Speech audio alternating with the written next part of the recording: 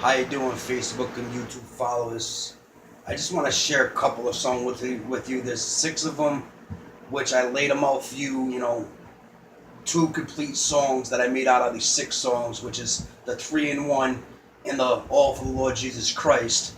Now I'm gonna lay them all out for you, one by one, each verse that I came up with and the meanings of them songs, on what they mean to my heart and what they mean for my walk with Christ and with my spirit and with my sinful man that I was, what it took me to overcome life's trials and tribulations, the sins of this world. Um, it's kind of hard for me to speak. I don't know exactly what words to use. So forgive me if I splur, forgive me if I repeat myself. But what I'm going to share with you is Christ. I'm going to share Christ with you. I'm going to try to share with you what he means to me, what he means to my wife, what he means to my children, what he means to my children's mother, my uncle, my grandmother, my family, my sisters, my brothers, all of us in this world. I was lost. I was completely drowning in sin, drowning in sexual immoralities, drowning in swearing, and which is the slip of the tongue, drowning in hatred, drowning in pride, drowning in looking for attention from the world, feeling like I was an outcast in life, that I wasn't needed, I wasn't wanted. I had a lot of troubles as I grew up of not learning how to write, not learning how to read, being embarrassed of myself, feeling short, feeling very, what's that word I'm trying to use? I had no feelings for myself. When I was a little child, I had a disease that caused me not to gain weight properly. And my mother had took me to my child doctor, and they had to inject me with a serum to allow me to grow. I was small. They gave me the nickname Porky. Pork chop is what my mom used to call me because I was skinny. And then once I hit 13, I was over the 180 to 200 pounds at 13. I grew male breasts, which is called gynecomastia, which made me feel really uncomfortable going through high school. I didn't want to take phys ed. I didn't want to change my clothes. I didn't want to, be in the football team. I didn't want to be a wrestler.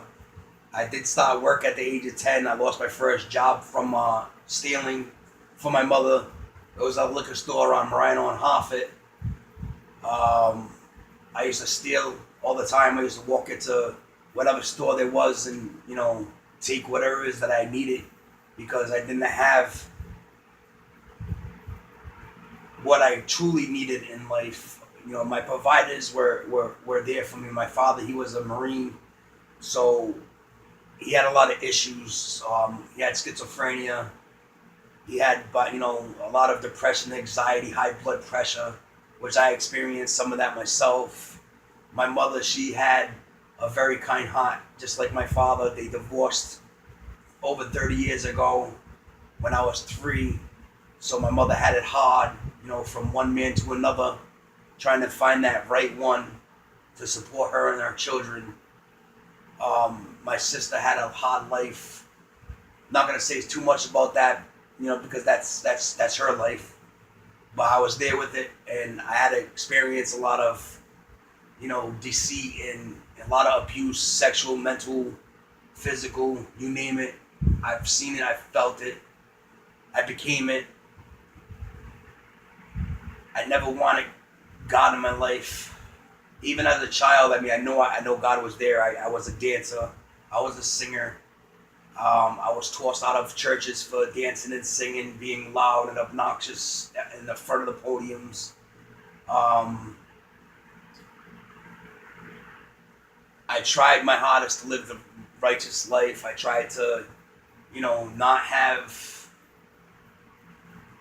relations until I was over 18. Also try not to have relations before getting married. Also try to not have any children before marriage.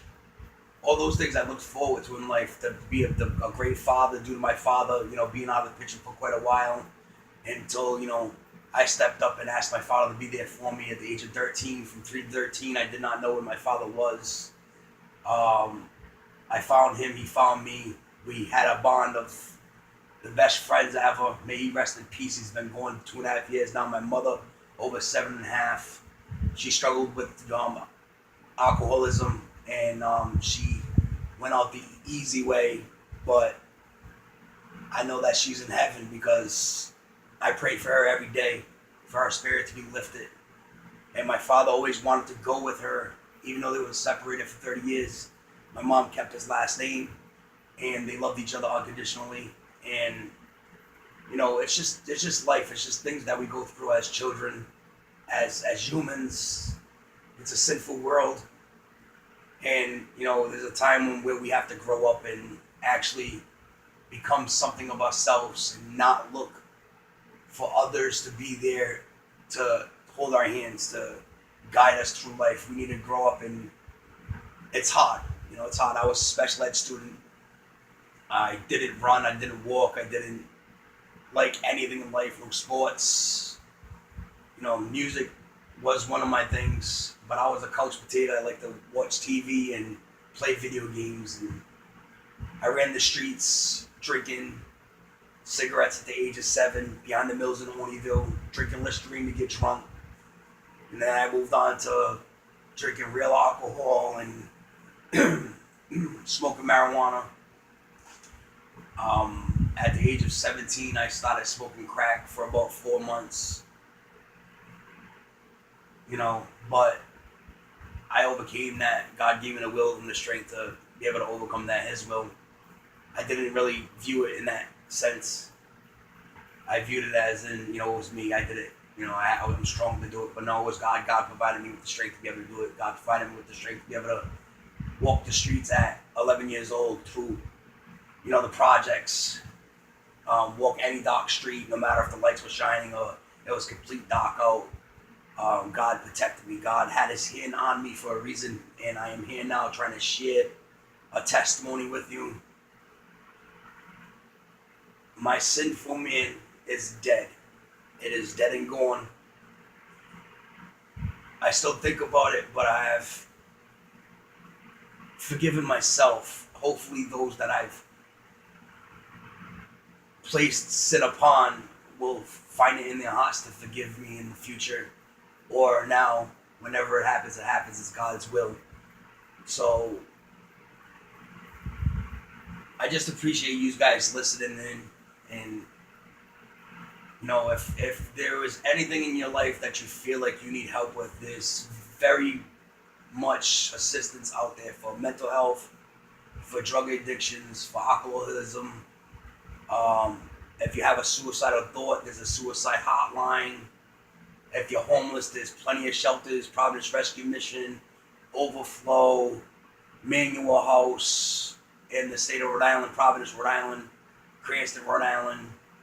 Wherever you may be, there's got to be a shelter. There's got to be an outreach center. Riverwood Housing First, House of Hope, Rhode Island Dream Center, Hope for the Homeless. They're all out there. Thank you and God bless. I'm going to share these songs with you. One of them is going to be Recognition. The other one's going to be Put Your Past Behind. And then after that, it's going to be Say It With Me. And then it's going to be followed by Schizophrenic. And then after Schizophrenic is going to be You Know We're Free. And then after that, it's going to be Raise Your Hands. And then you just follow them in the order. And hear exactly what you heard from the first two that I shared. And I also have that R&B hip-hop one that I haven't really memorized yet to get it out there vocally and all that. So I had to read it out just so I can get it out there, just so I can share that with you on, the gift of poetry and the love that I have for Christ, everything that He's doing for me right now. I'm married. I got 3 beautiful stepchildren. I have 7 grandkids that I don't see, but their life is right there. I mean, my wife, she cares about all of her family, but we all have past that keep us from living a righteous and loving future. But it's gonna come to an end when Jesus Christ comes back. He's gonna